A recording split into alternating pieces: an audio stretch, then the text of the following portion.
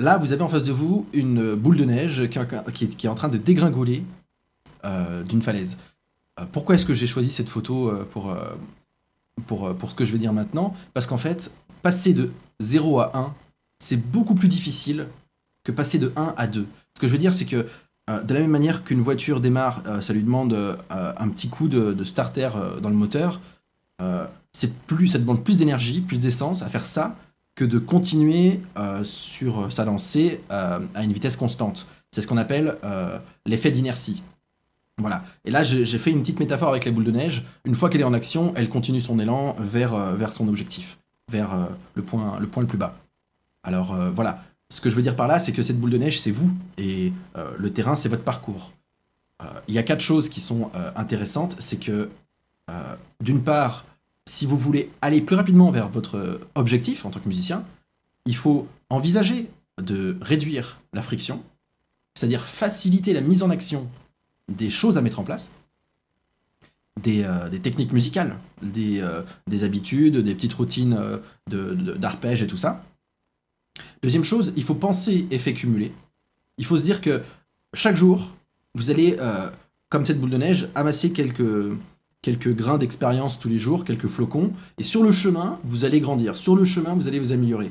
Il faut faire preuve de beaucoup de patience, parce que ça demande du travail, mais justement, en pensant effet cumulé, on se défrustre quelque part du peu de résultats immédiats, en sachant que ça va se cumuler au fur et à mesure et qu'on risque de devenir une grosse avalanche, quoi.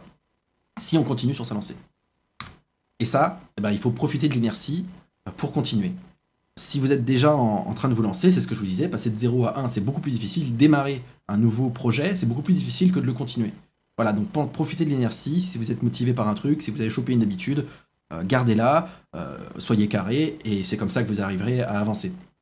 Mais surtout, tout ça c'est bien, mais si vous n'avez pas vraiment de direction, si vous ne savez pas vers où vous voulez tomber, si vous ne savez pas vers où cette boule de neige va tomber, ça sert à rien de mettre tout ça en place. Donc surtout, trouvez votre attraction. Quel est votre point de gravité qui va vous attirer? Quelle est la bonne raison qui vous fait avancer en tant que musicien? Quelle est votre motivation forte? Être passionné et ne pas avoir de motivation forte, autre que le plaisir de jouer, c'est très bien, c'est ok, c'est même génial.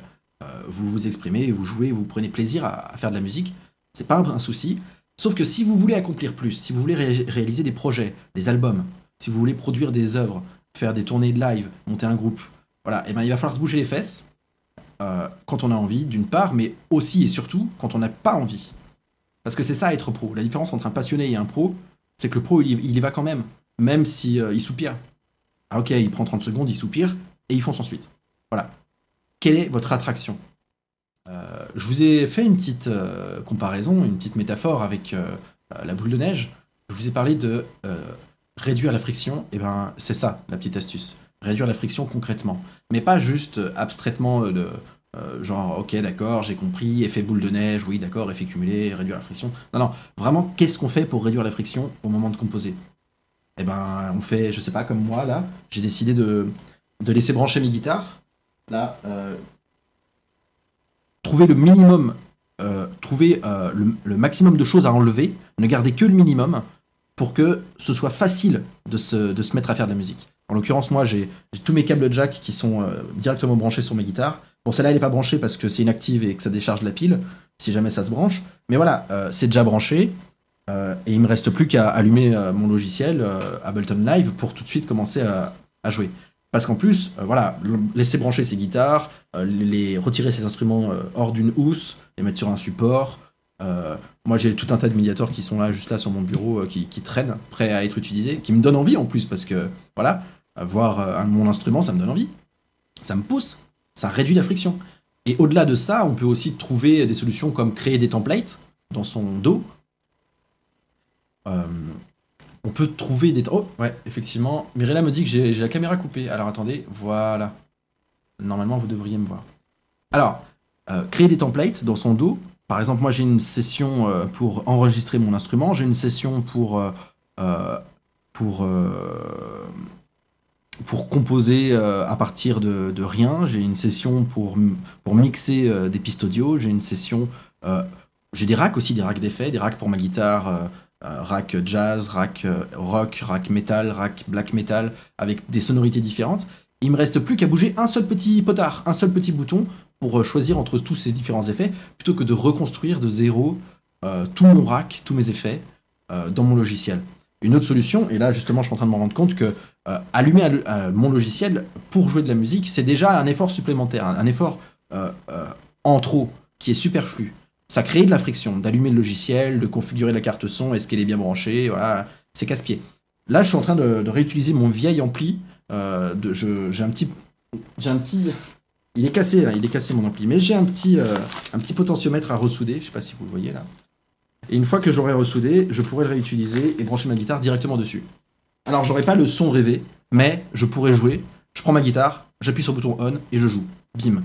Et tout de suite je peux commencer à bosser mes arpèges, tout de suite je peux commencer à écrire quelques progressions d'accords. Dans l'instant, dans l'immédiat, je réduis la friction au maximum et ça me permet de composer beaucoup plus souvent. Parce que avant même de me mettre à prendre ma guitare dans mes mains, inconsciemment je me demande, est-ce que j'ai envie de la sortir de ma housse? Est-ce que j'ai envie de la brancher? Est-ce que j'ai envie de prendre 10 minutes là maintenant pour la configurer, alors que j'ai juste envie de faire quelques arpèges? Et finalement je les fais pas mes arpèges. Et finalement je stagne. Voilà.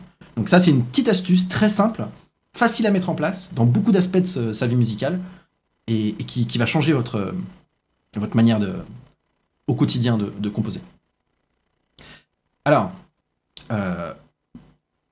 donc comme annoncé dans le programme, alors Antonio me dit, je suis d'accord, je me suis trouvé un vieux enregistreur numérique. Ouais, c'est ça, hein.